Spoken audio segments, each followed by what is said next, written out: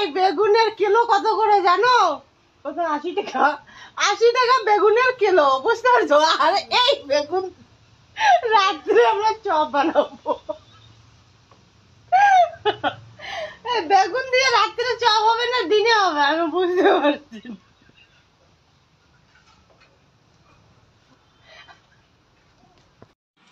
যেই সব ছেলেগুলো এখনো বিয়ে করনি তাদেরকে একটা কথা বলতেছি, দেখো তাড়াতাড়ি বিয়ে করে নাও, নিজে বাবা হও, আর মেয়েদেরকে মা হতে সাহায্য করো। কথায় আছে না যে কম বয়সে বিয়ে করলে ফল ভালো পাবে, আর বুড়ো বয়সে বিয়ে করলে তোমার মাল অন্য কোথাও যাবে। এই যে ছেলেরা, তোমরা তো জানোই দুধ খেলে শক্তি হয়, সেটা হোক কিংবা গাভীর। ছেলেদেরকে একটা কথাই বলবো, দেখো তোমার গার্লফ্রেন্ডের ফোনে যদি, তার ফোনের ডিসপ্লেতে যদি তোমার ছবি থাকে, তার মানে এটা ভাবো না যে সেই মেয়েটা তার জীবনের থেকে তোমাকে বেশি ভালোবাসে।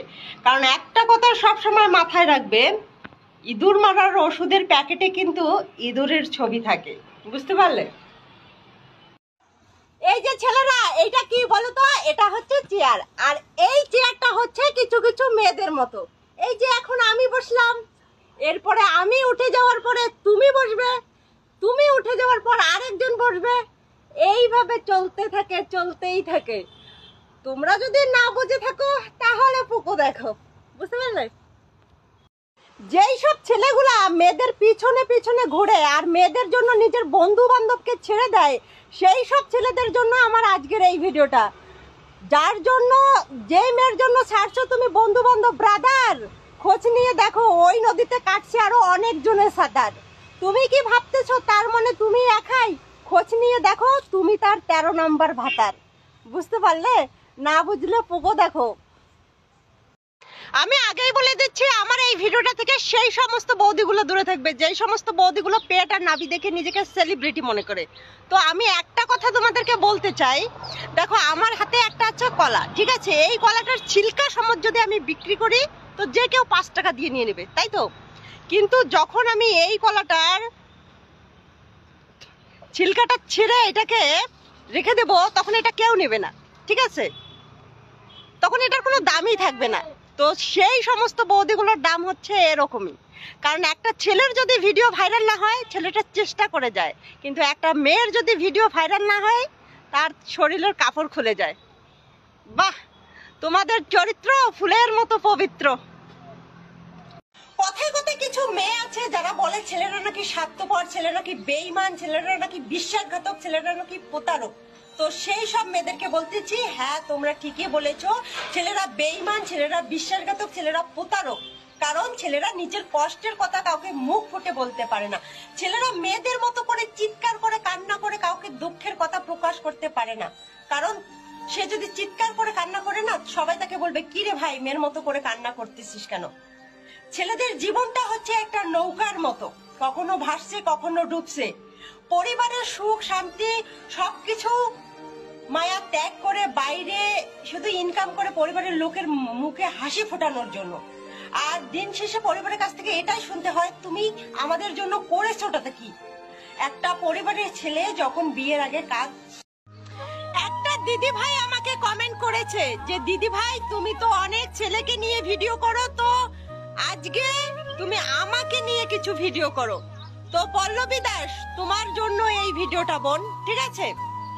পিতার ঘরে জন্ম নিয়ে পরের ঘরে যেতে হয়, ধন্য বটে নারীর জীবন, পরকে আপন করতে হয়। একটুখানি সুখের জন্য শাস্তে হয় ঝি, কষ্টে যদি ছটফট করি তাতে পরের মায়ের কি? একটা বিবাহিত মেয়েকে শ্বশুর বাড়ির থেকে যত কথা শুনতে হয়, এই কথাগুলো যদি কোনো বিবাহিত ছেলেকে বলা যেত তাহলে তো কুরুক্ষেত্র যুদ্ধ লাগিয়ে যেত, তাই না? মেয়ে হয়ে জন্মানো যতটা সহজ, মেয়ে হয়ে বেঁচে থাকাটা অতটাও সহজ নয়। অনেকেরই বাচ্চা হচ্ছে না, আর এইদিকে কিছু কিছু বৌদি নিজের বাচ্চা স্বামী ছেড়ে কচি কচি দেওদের সঙ্গে পালিয়ে যাচ্ছে। বৌদি একটা কথা মনে রাখবে, 10 মিনিটের দায়িত্ব সবাই নিতে পারে, কিন্তু সারা জীবনের দায়িত্ব স্বামী ছাড়া কেউ নিতে পারে না। আর আমি কচি কচি দেওরদেরকে একটা কথাই বলবো, যে কিনা নিজের সন্তান ছেড়ে তোমার কাছে চলে যেতে পারে, সে কি করে তোমার হয়ে থাকবে বলো? যেই সব ছেলেদের গার্লফ্রেন্ড নেই তাদের জন্য আমরা 3 বোন আছি, চিন্তা করার কোনো কারণ নেই, ঠিক আছে ভাই? মানুষ হয়ে যদি মানুষের উপকার না করি তাহলে কিরকম আমরা মানুষ, তাই না? মানুষ হয়ে মানুষের উপকারই যদি না করতে পারি। তো আমি তোমাদেরকে একটা কথাই বলতেছি, আমার ভিডিওতে তো আমার বোনদেরকে দেখেছো, ঠিক আছে? তো আমার বড় বোনের নাম হচ্ছে আই লাইক ইউ, আমার মেজো বোনের নাম হচ্ছে আই মিস ইউ, আর আমার নাম হচ্ছে আই লাভ ইউ। এবার তোমরা কাকে পছন্দ করো তাড়াতাড়ি কমেন্ট করে বলবা, ওকে? আর নাম্বারটাও কমেন্ট বক্সে দিয়ে দিবে, আমি তৎক্ষণই আমার মানে তোমরা যাকে পছন্দ করবে, আমার দিদিকে বা মেজো দিদিকে বা আমাকে, ততক্ষণই আমি তাড়াতাড়ি তোমাদেরকে কল করে মানে এটা ফাইনাল করে দেবো, ওকে? টাটা। আজকে আমার এই ভিডিওটা থেকে সেই সব নারীরা দূরে থাকবে যেই সব নারীগুলা পেট আর নাভি দেখে নিজেকে সেলিব্রিটি মনে করে। তো আমি সেই সব নারীদেরকে একটা কথাই বলি, 5 ফিট নারী 12 ফিট শাড়ি, তবুও অঙ্গ ঢাকতে পারে না আমাদের সমাজের কিছু কিছু নারী।